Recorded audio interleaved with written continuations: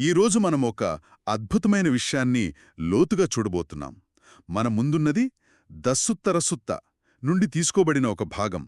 దీన్ని ఒక ఆధ్యాత్మిక ప్రయాణానికి మ్యాప్లాగా ఊహించుకోవచ్చు. అంటే మనం ఎక్కడున్నాం, గమ్యానికి ఎలా చేరుకోవాలి అని దశలవారీగా చూపిస్తుంది. అవును. ఇందులో 10 విభాగాలున్నాయి.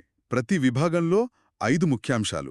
మన పని ఏమిటంటే ఈ మ్యాప్ను ఉపయోగించి స్వీయ అభివృద్ధికి సంబంధించిన ఈ సంపూర్ణ మార్గాన్ని అర్థం చేసుకోవడం. అవును. ఇది కేవలం సూత్రాల జాబితా కాదు, ఇది ఒక ప్రగతిశీల మార్గం. అంటే ఒకదాని తర్వాత ఒకటిగా. ఖచ్చితంగా. ఒకదానిపై ఒకటి ఎలా ఆధారపడి ఉన్నాయో, పునాది నుండి శిఖరం వరకు ఎలా నిర్మించబడిందో ఇది మనకు చూపిస్తుంది. ప్రతి అడుగు తర్వాతి అడుగుకు దారితీస్తుంది. ఇందులో ఏదీ యాదృచ్ఛికం కాదు, అంతా ఒక క్రమపద్ధతిలో ఉంటుంది. సరే, అయితే మన ప్రయాణం ఎక్కడ మొదలవుతుంది? ఆశ్చర్యకరంగా ఇది మనం ఊహించినట్లుగా లోతైన ధ్యాన సూత్రాలతో మొదలవదు. నిజమే. మొదటి సమూహం పేరు సహాయపడే విషయాలు. ఇందులో విశ్వాసం, శక్తి వంటివి ఉన్నాయి. అవి సహజమే. కాని నన్ను ఆశ్చర్యపరిచినవి 2 విషయాలు: మంచి ఆరోగ్యం మరియు నిజాయితీ.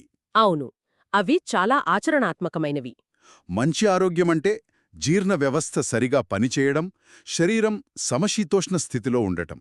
నిజాయితీ అంటే గురువులు లేదా తోటి సాధకుల పట్ల కపటం లేకుండా ఉండటం. ఆధ్యాత్మిక మార్గంలో ఇలాంటి భౌతిక, సామాజిక అంశాలకు ఇంత ప్రాధాన్యత ఉంటుందని నేననుకోలేదు. చాలామంది అలాగే అనుకుంటారు. ఆధ్యాత్మికత అంటే బాహ్య ప్రపంచాన్ని, శరీరాన్ని వదిలేసి లోపలికి చూడటం అనుకుంటారు. కాని ఇక్కడ మొదట మీ జీర్ణ వ్యవస్థను, మీ సంబంధాలను సరిచేసుకోమంటున్నారు. అవును, ఈ భౌతిక ప్రాధాన్యత ఎందుకు? ఎందుకంటే మనసు, శరీరం వేర్వేరు కావు. అవి ఒకదానితో ఒకటి ముడిపడి ఉన్నాయి. ఉదాహరణకు, కడుపులో తీవ్రమైన అసౌకర్యంతో బాధపడుతున్నప్పుడు మనస్సును ధ్యానంపై ఎలా నిలుపుతాం? అది అసాధ్యం. అవును, అసాధ్యం. మనసు యొక్క శక్తినంతా ఆ శారీరక బాధను భరించడానికే ఉపయోగిస్తాం. శరీరం ప్రశాంతంగా, ఆరోగ్యంగా ఉన్నప్పుడే మనసు లోతైన ఏకాగ్రతను సాధించగలదు. అంటే శరీరం మనస్సుకు పునాదిలాంటిదన్నమాట. పునాది కదిలితే దానిమీద కట్టే భవనం కూడా కదులుతుంది. సరిగ్గా చెప్పారు. మరి నిజాయితీ సంగతేంటి? తోటి సాధకుల దగ్గర నిష్కపటంగా ఉండటం పురోగతికి ఎలా సహాయపడుతుంది?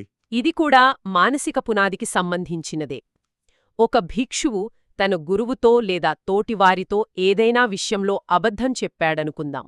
సరే. అతను ధ్యానానికి కూర్చున్నప్పుడు అతని మనసులో ఏకాగ్రతకు బదులుగా ఆందోళన, అపరాధభావన మొదలవుతాయి.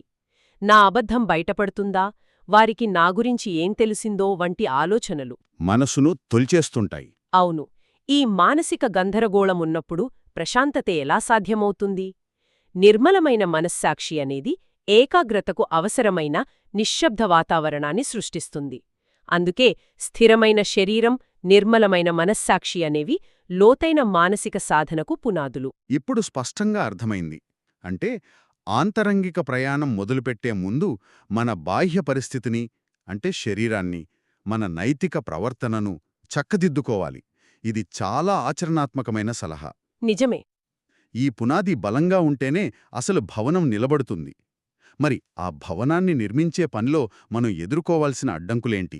మూలం దీని గురించి చాలా స్పష్టంగా చెబుతోంది. వదిలివేయవలసినవి అనే జాబితాలో 5 ఆటంకాలు, అంటే పంచ నీవరణాలు ఉన్నాయి. అవును. అవి ఇంద్రియవాంఛ, ద్వేషం, బద్ధకం మరియు నిద్రమత్తు, చంచలత్వం మరియు పశ్చాత్తాపం, ఇంకా సందేహం. ఈ 5 ఆటంకాలు ఇవి కేవలం సాధారణ భావోద్వేగాలు కావు. అవి మనసు యొక్క స్పష్టతను, సత్యాన్ని చూసే శక్తిని పూర్తిగా కప్పివేస్తాయి. ఒక పొరలాగా. ఒక పొరలాగా. ఉదాహరణకు, బద్ధకం, నిద్రమత్తును తీసుకుందాం. ఇది కేవలం శారీరక అలసట కాదు. ఇది ఒక మానసిక పొగమంచు. దాని ప్రభావంలో ఉన్నప్పుడు మనసు మందకుడిగా, బరువుగా, గ్రహణ శక్తి లేకుండా ఉంటుంది. అవును, ఎంత ప్రయత్నించినా దృష్టి నిలవదు. నిలవదు. అంతా నిస్తేజంగా అనిపిస్తుంది. ఇది సాధనకు పెద్ద శత్రువు. ఇక చంచలత్వం, పశ్చాత్తాపం గురించి చెప్పాలంటే ఇది మనసు నిరంతరం టైం ట్రావెల్ చేయడం లాంటివి. సరిగ్గా. ఒక క్షణం రేపు జరగబోయే పని గురించి ఆందోళన, మరుక్షణం నిన్న మనం అన్న మాట గురించి బాధ. వర్తమానంలో ఉన్నా మనసు అక్కడుండదు. అది గతం, భవిష్యత్తుల మధ్య ఒక లోలకంలా ఊగుతూ ఉంటుంది. దీనివల్ల వర్తమానంలో ఉన్న శాంతిని, స్పష్టతను పూర్తిగా కోల్పోతాం. సరిగ్గా. ఈ ఆటంకాలున్నప్పుడు మనసు అద్దం మీద దుమ్ము పడినట్లుంటుంది. మన ప్రతిబింబాన్ని మనం స్పష్టంగా చూడలేం. అవును. అలాగే ఈ ఆటంకాలతో నిండిన మనస్సుతో మనం వాస్తవికతను యథాతథంగా చూడలేం. సాధన అంటే ఈ దుమ్మును నెమ్మదిగా, ఓపికగా తుడవడం లాంటిదే. ఇక్కడే ఇది మరింత లోతుగా ఆసక్తికరంగా మారుతుంది. ఆటంకాలను అధిగమించడం ఒక ఎత్తైతే, మూలంలో పరిస్థితిని దిగజార్చేవి అని 5 రకాల కఠిన హృదయం లేదా చేతోఖిలా గురించి కూడా ఉంది. అవును, చేతోఖిల. మొదటి చూపులో ఇవి రెండూ ఒకేలా అనిపిస్తాయి. ఇందులో కూడా గురువుపై, ధర్మంపై, సంఘంపై సందేహం, తోటి సాధకులపై కోపం, అసంతృప్తి వంటివి ఉన్నాయి. ఆ 5 ఆటంకాలకు, ఈ 5 కఠిన హృదయాలకు మధ్య ఉన్న అసలు తేడా ఏమిటి? మూలం వీటిని వేరుగా ఎందుకు చూస్తోంది? ఇది చాలా ముఖ్యమైన ప్రశ్న. ఈ రెండింటి మధ్య ఉన్న తేడాను అర్థం చేసుకోవటం చాలా అవసరం. ఆ 5 ఆటంకాలను మనం దారిలో వచ్చే స్పీడ్ బ్రేకర్లతో పోల్చవచ్చు. ఓ, మంచి పోలిక. అవి ప్రయాణ వేగాన్ని తగ్గిస్తాయి, కాని సాధన అనే వాహనం ముందుకు వెళ్తూనే ఉంటుంది. సాధన ద్వారా వాటిని అధిగమించవచ్చు. కాని ఈ కఠిన హృదయమనేది ఇంజన్నే ఆపేసే సమస్య లాంటిదా? ఖచ్చితంగా ఇది పునాదిలోనే ఉన్న పగులు. ఉదాహరణకు, ఒక భిక్షువుకు తను అనుసరిస్తున్న మార్గం మీదనే, తన గురువు మీదనే నమ్మకం లేదనుకోండి, అతను సాధనలో ఎంత ప్రయత్నించినా అతని మనసులో ఒక లోతైన నిరోధకత ఉంటుంది. అంటే అతను పూర్తి నిబద్ధతతో, పూర్తి శక్తితో సాధన చేయలేడనమాట. సందేహమనే పురుగు అతని ప్రయత్నాన్ని లోపలి నుండే తినేస్తుంటుంది. అవును. అందుకే మూలంలో అలాంటి వారి మనసు తీవ్రత, నిబద్ధత, పట్టుదల మరియు ప్రయత్నం వైపు మొగ్గు చూపదు అని స్పష్టంగా ఉంది. ఆటంకాలు అనేవి మనసులోకి వచ్చే తాత్కాలిక స్థితులు. వాటిని గమనించి వదిలివేయవచ్చు. కానీ కఠిన హృదయం? కాని కఠిన హృదయమనేది ఒక స్థిరపడిన దృక్పథం, ఒక రకమైన మానసిక పక్షవాతం. తోటి సాధకులపై నిరంతరం కోపంతో, అసంతృప్తితో రగిలిపోతుంటే ఆ మనసులో శాంతి, మైత్రి ఎలా పెరుగుతాయి? అందుకే ఆటంకాలను నిర్వహించడం సాధనలో భాగమైతే, ఈ కఠిన హృదయాన్ని తొలగించుకోవడమనేది సాధనకు మొదటి మెట్టు. అది లేకపోతే ప్రయాణమే మొదలవదు. అద్భుతంగా వివరించారు. పునాదిని వేసి ఆటంకాలను నిర్వహించడం నేర్చుకున్న తర్వాత అసలు పరివర్తన ఎలా మొదలవుతుంది? ఇప్పటివరకు మనం ఏమి చేయకూడదో చూశాం, ఇప్పుడు ఏమి చేయాలో చూద్దాం. ఈ మూలాధారాలు విముక్తి మార్గాలు మరియు విముక్తికి అవకాశాలు గురించి మాట్లాడతాయి. ఇక్కడే అసలైన మార్పు మొదలవుతుంది. అవును, ఇక్కడ మనం మనస్సు యొక్క దిశను మార్చడం గురించి మాట్లాడుతున్నాం. విముక్తి మార్గాలు అనే విభాగం ఈ కీలకమైన మలుపును వివరిస్తుంది. ఇది బలవంతంగా కోరికలను అణిచివేయడం కాదంటున్నారు. కాడు. ఇది ఒక నైపుణ్యంతో కూడిన మానసిక పెంపకం. మనసును బలవంతంగా చెడు నుండి మంచివైపు లాగడం కాదు, మంచిలో ఉన్న ఆనందాన్ని దానికి చూపించడం. అవును, అందులో ఒక క్రమం కనిపిస్తుంది. మనసు అకుశలమైన విషయాల వైపు, అంటే ఇంద్రియ సుఖాలు, ద్వేషం వంటి వాటివైపు ఉత్సాహంగా దూకదు. కాని వాటికి వ్యతిరేకమైన వాటివైపు, అంటే త్యాగం, సద్భావన వంటి వాటివైపు ఉత్సాహంగా దూకుతుంది. అవును. ఉదాహరణకు, ఇంద్రియ సుఖాల నుండి త్యాగం వైపు, ద్వేషం నుండి సద్భావన వైపు, హింస నుండి కరుణ వైపు. ఈ మార్పు సహజంగా ఎలా జరుగుతుంది? ఇది మనసును రీప్రోగ్రామింగ్ చేయడం లాంటిదా? ఒక రకంగా అంతే. ఇది మనసు యొక్క సహజ స్వభావాన్ని గుర్తించడం ద్వారా జరుగుతుంది. మనసు ఎప్పుడూ ఆనందాన్ని, శాంతినే కోరుకుంటుంది. నిజమే. ఇంద్రియ సుఖాలు మొదట ఆనందాన్నిచ్చినా అవి తాత్కాలికమైనవని, చివరికి అశాంతికే దారితీస్తాయని సాధన ద్వారా మనసు గ్రహిస్తుంది. అదే సమయంలో త్యాగంలో, సద్భావనలో, కరుణలో ఒక లోతైన, స్థిరమైన, నిర్మలమైన శాంతి ఉందన్నది గుర్తిస్తుంది. అప్పుడు సహజంగా అటువైపు ఆకర్షింపబడుతుంది. అవును, అప్పుడు మనసు సహజంగానే ఎక్కువ శాంతినిచ్చే దిశగా ఆకర్షించబడుతుంది. ఇదొక చిన్న పిల్లాడికి ప్లాస్టిక్ బొమ్మకు నిజమైన పండుకు మధ్య తేడా చూపించడం లాంటిది. నిజమైన పండు రుచి తెలిసాక ఆ పిల్లాడు ప్లాస్టిక్ బొమ్మ వైపు చూడడు. అలాగే మనసు కూడా నిజమైన శాంతిని రుచి చూశాక తాత్కాలిక సుఖాల వైపు మొగ్గు చూపదు. మూలంలో చెప్పినట్లు ఆ స్థితిలో మనసు బాగా విముక్తి పొంది, బాగా అంటిపెట్టుకోకుండా ఉంటుంది. ఇక విముక్తికి 5 అవకాశాలు అనే అంశం చదివినప్పుడు నాకు చాలా ఆశ్చర్యం కలిగింది. ఎందుకంటే మనం ఎప్పుడూ విముక్తి, జ్ఞానోదయం అంటే ఎక్కడో అడవుల్లో, గుహల్లో గంటల తరబడి కళ్ళు మూసుకుని ధ్యానం చేస్తేనే వస్తుందని అనుకుంటాం. చాలామంది అభిప్రాయం అదే. కానీ ఇక్కడ విముక్తి అనేది 5 విభిన్న సందర్భాలలో కలగవచ్చని చెప్పబడింది. 1 ధర్మాన్ని వింటున్నప్పుడు, 2 ఇతరులకు బోధిస్తున్నప్పుడు, 3 దాన్ని పఠిస్తున్నప్పుడు. 4 మనసులో దాని గురించి లోతుగా ఆలోచిస్తున్నప్పుడు. చివరిగా 5 ధ్యానంలో వస్తువును సరిగ్గా గ్రహించినప్పుడు. ఇతరులకు బోధించడం ద్వారా కూడా విముక్తి కలగవచ్చనే ఆలోచన అద్భుతంగా ఉంది. ఇది ఎలా పనిచేస్తుంది? ఇక్కడొక ముఖ్యమైన అంతరార్థముంది. జ్ఞానోదయం అనేది ఏదో ఒక నిర్దిష్ట కార్యకలాపంతో ముడిపడి ఉన్న రహస్యమైన సంఘటన కాదని ఇది చూపిస్తుంది. అంటే అది ఒక ప్రక్రియ ఫలితమా?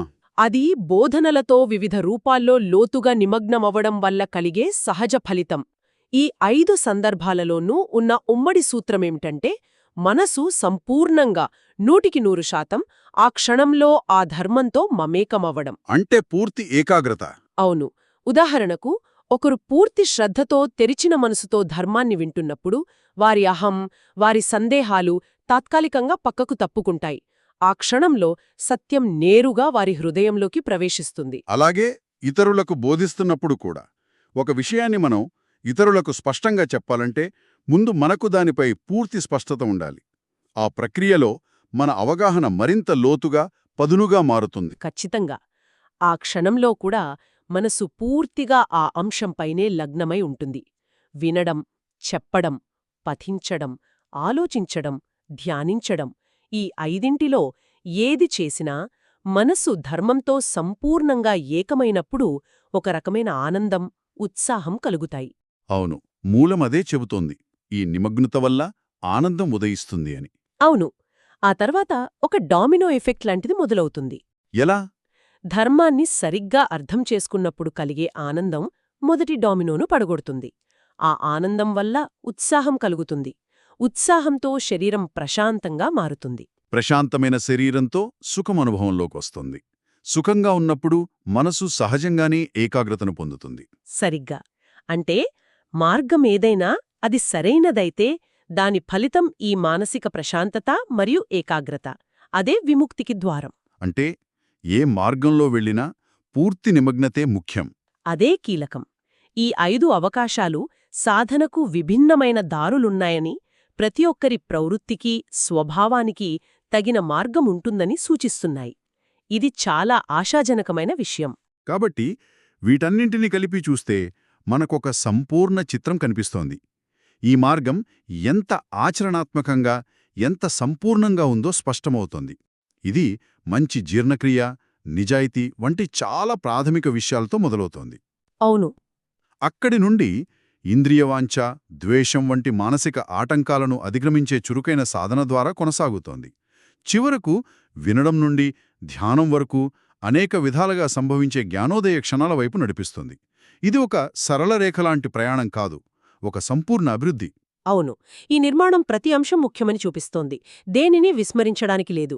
శారీరక ఆరోగ్యం, నైతిక ప్రవర్తన, మానసిక క్రమశిక్షణ మరియు మేధోపరమైన అవగాహన. ఈ అంశాలన్నీ కలిసి ఒకదానికొకటి బలాన్నిస్తూ పనిచేస్తాయి. ఒకటి లేకుండా మరొకటి అసంపూర్ణం. అంటే ఇది పరివర్తన కోసం ఒక సంపూర్ణ వ్యవస్థ. అవును.